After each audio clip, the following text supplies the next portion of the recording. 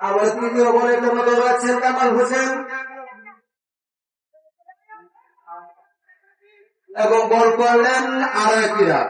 দলীয় সংগ্রহ 6 3 বলের বিনিময়ে।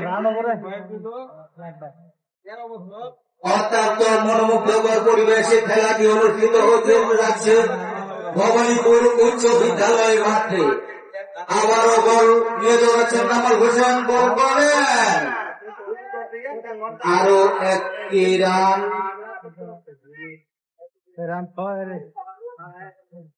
দলীয় সংগ্রহ 7।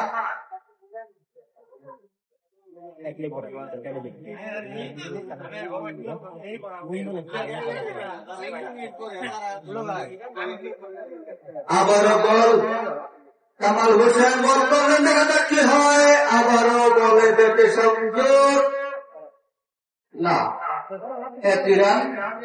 দলীয় সংগ্রহ 8।